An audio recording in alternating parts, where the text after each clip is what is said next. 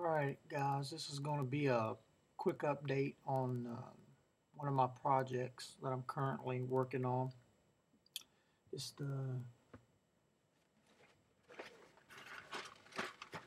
1939 Chevy Street Rod Reveal Monogram.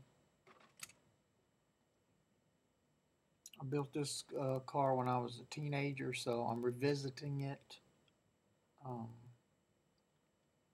I think I'm going to do that with a lot of my projects. I'm going to go back and rebuild some that I built when I was younger, because I think that's a really good thing that all model builders should do. You know, go back to your source of inspiration. On the chassis here, this is one of the best chassis to build, guys. I really enjoy this chassis. It's coming along really nice.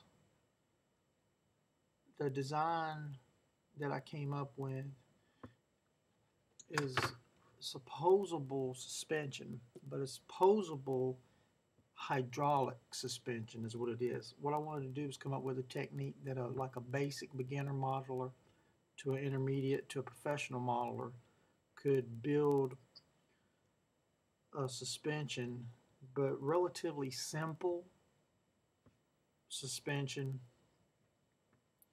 but have it move. If you look at this wheel right here, you can see if you roll it back, it goes like all the way down. By doing this, you actually raise the back of the vehicle. So if you set it down, it's actually jacked up now. It's like a rake, like a muscle car, just by, turning the wheels like that. The front wheels do the same thing. You can turn them down and they'll raise the front up. So you can raise the back up, you can raise the front up, you can raise one side up, so it can go from side to side, front to back. And all this is manual, and it's basically, building these suspensions are very technical and complicated and very complex for the beginning modeler. But the inspiration for lowriders and the culture is, there's such a passion there that, model car builders want that. So this right here is a technique that you can do that doesn't require, so many parts and so many intricate pieces that you just lose yourself and not want to do it. Basically what I did is I took a drill and drilled a hole in the back of the rim, and then I inserted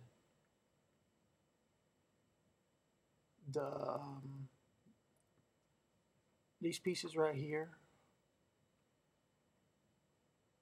are like the insert pieces that go on the axle. I glued them to the rim and inserted them.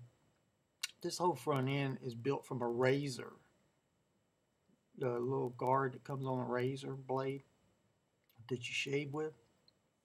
So it's scratch built, toothpicks, totally scratch built front end. Innovative, creative, just do it, guys. Try it. Whatever you see, think, what can I use that for, in my build? And you'd be surprised at the things you come up with. So I'm gonna I think this is a very easy technique, but yet the payoff is tremendous, because being able to pose it, it's just I'm gonna pause the video and set it up here in a minute and show you some different angles of what it looks like. But the 39, I don't know if all models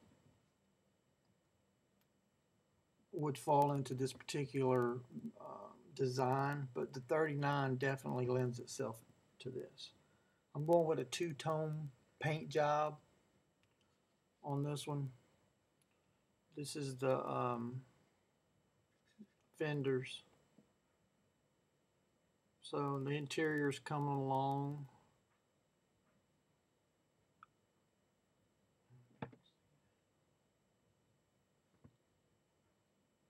And then the body is going to be this color, which I think is just awesome.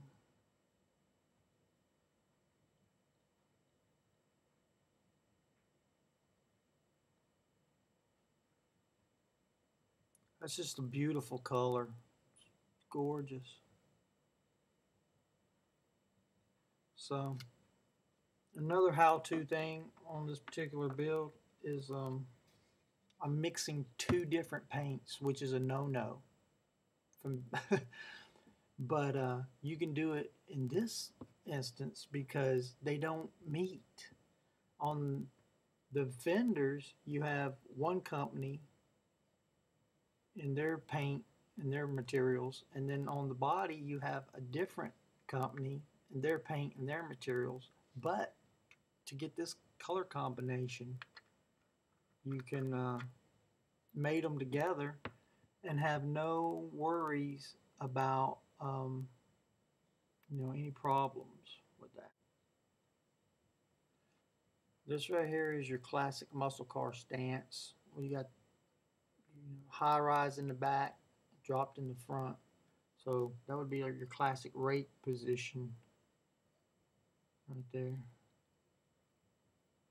That's one pose that you could do. Alright, this pose is like a tricycle maneuver where you're on three wheels. This front wheel will be off the ground. So basically, you can see that's another pose that you can do with it.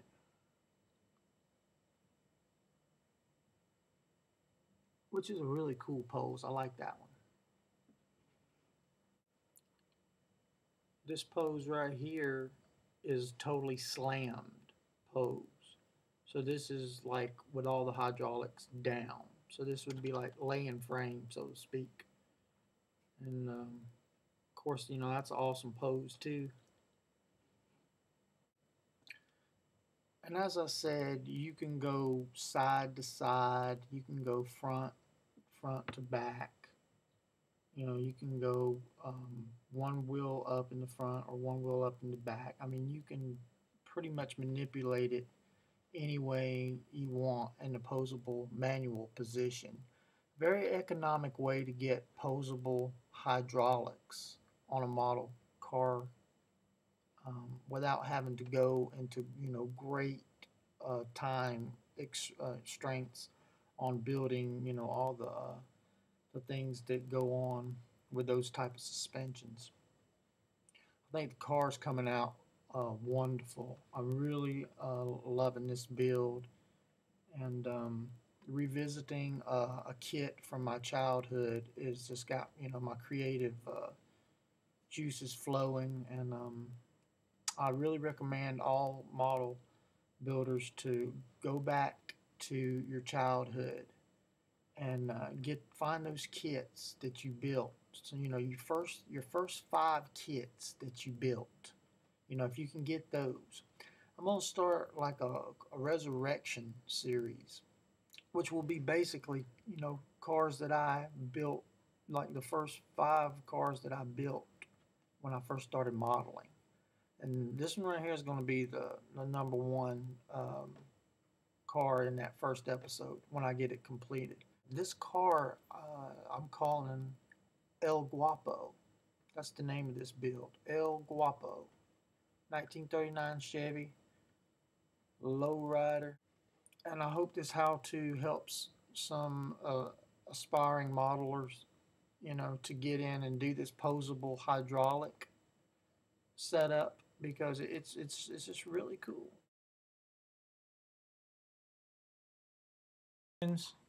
that I've been getting, and show you where we are. On the chassis, it's got the poseable chassis mod. We got the cherry bombs painted red, and the interior, a lot of people talk about the interior. They want to know how I do my interiors.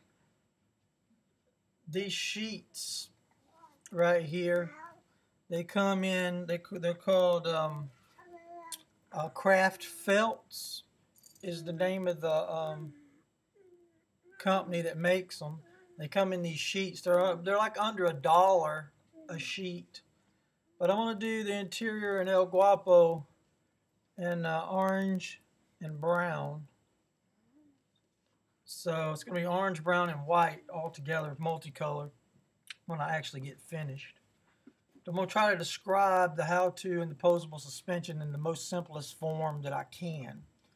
So basically, imagine if this is the wheel, the rim, the inner rim.